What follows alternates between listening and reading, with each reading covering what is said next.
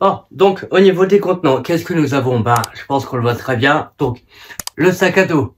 Alors, pour le sac à dos, ça c'est encore vraiment une bien longue histoire. C'est vraiment très propre à chacun. Pour ma part, j'ai mes petits conseils personnels. Parce que voilà, mon premier sac à dos, c'était le voici. Hop là. C'était un sac à dos Decathlon, c'était un 30 litres. Je l'utilise encore. Je fais des petites randonnées ou des sorties, grand max d'une journée. Une rando, une sortie de plus d'un jour. Honnêtement, là par contre, ça commence à être un petit peu moins pratique. Donc voilà. J'y reviendrai effectivement par après sur différents détails sur le sac en fin de vidéo, accompagné de quelques autres astuces supplémentaires. Donc n'hésitez pas à rester jusqu'à la fin. Donc comme je disais, au niveau du sac à dos, moi pour ma part j'ai deux types de sacs à dos que j'utilise. J'utilise celui-ci en 30 litres et celui-ci qui est en 50. C'était un sac à dos un petit peu plus élaboré. Après, je vous donnerai vraiment, comme dit en fin de vidéo, je vous donnerai un petit peu plus de détails dessus. Pour ma part, ce que je préconise vraiment au niveau des sacs à dos, c'est un 30 voire 40 litres. Un bon petit 30 litres, c'est très bien. Pour une petite journée, une sortie à la journée, c'est super. Mais par contre, pour plus, des bivouacs, des randos ou des sorties de plusieurs jours, de 2 jours ou plus, je privilégierais plutôt un sac de 60 litres minimum. Pour pouvoir justement y ranger tout ce qu'on a besoin dedans, tout ce qui est d'un point de vue alimentaire, vestimentaire, et puis également pour pouvoir ranger justement le sac de couchage. Le sac de couchage, je le mets, je le dedans, je le compresse et je le mets dedans. Franchement, ça prend du volume, mais au moins tout est en un, ça se balade pas dans tous les sens. Il n'est pas forcément obligé de mettre des 1000 et des 100 sur un sac à dos. Je l'ai eu sur le Bon Coin à une trentaine d'euros. Donc vous voyez, des bons sacs à dos de très bonne manufacture, on peut les trouver justement sur le Bon Coin pour beaucoup moins cher quand même. Maintenant, venons-en aux plus petites choses sur les contenants. Donc, eh bien, la petite tasse ou le quart, très utile justement. Vraiment très utile justement pour tout ce qui est de l'eau, l'alimentation. Celle-là, je l'ai payé quoi dans un Leclerc, un truc comme ça, un supermarché, 2-3 balles, c'est suffisant, franchement. Même dans les farfouilles, les trucs comme ça, magasins de bazar, ils en ont. Donc voilà. Contenant, pour l'eau et ainsi de suite, on peut le mettre sur le feu, c'est super pratique. Ensuite, la gourde. Sur la gourde, je préconise vraiment pareil, les gourdes en inox, c'est la Decathlon, Decat, pareil, parce que j'ai fait beaucoup de mes achats, premiers achats chez Decat. Donc comme dit, c'est une gourde d'1 litre. Je préconise vraiment de prendre une gourde minimum de 1 litre, 1 litre 5.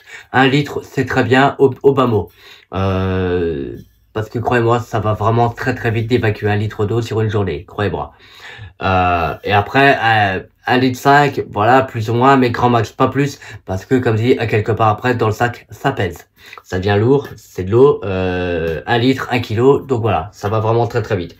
Qu'est-ce que je peux dire aussi sur cette gourde?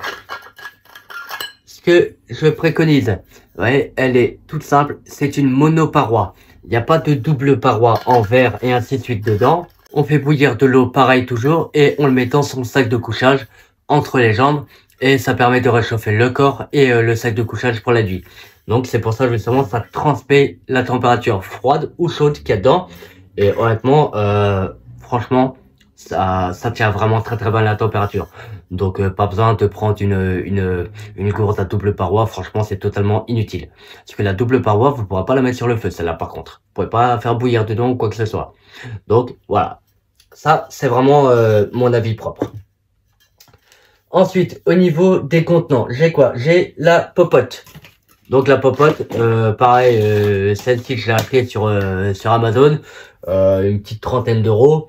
Ouais, je crois 25-30 euros. Donc ouais, c'est une petite popote, c'est juste de l'inox. Ça, bon après c'est assez frais, voilà, ça se cabosse assez rapidement. Ça, vous voyez, ça craint pas le feu sans aucun problème. Ça se nettoie plutôt bien. Il y a deux petites gamelles, deux petits couvercles ou assiettes en même temps.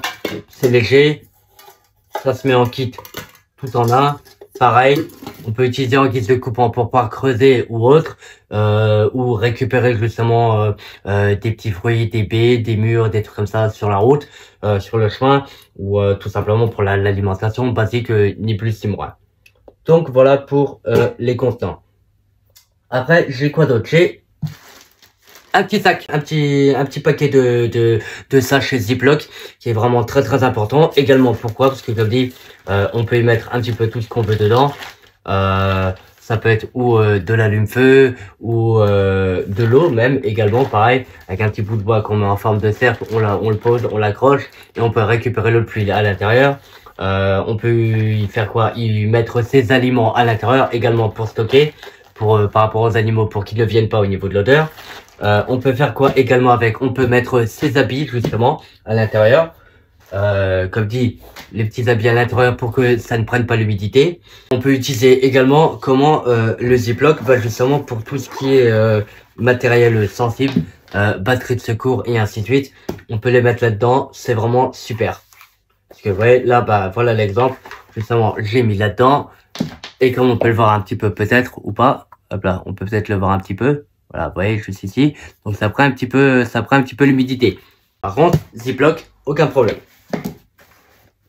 Et comme dit, mon dernier contenant, donc bah, une petite sacoche avec une attache molly qu'on peut mettre sur le sac ou à sa ceinture et ainsi de suite pour avoir justement des petits outils, des petits trucs de premier secours, des petits objets vraiment qu'on a besoin d'avoir toujours à portée de main, type le petit couteau suisse, la petite lampe frontale, la couverture de survie ou la boussole ou autre.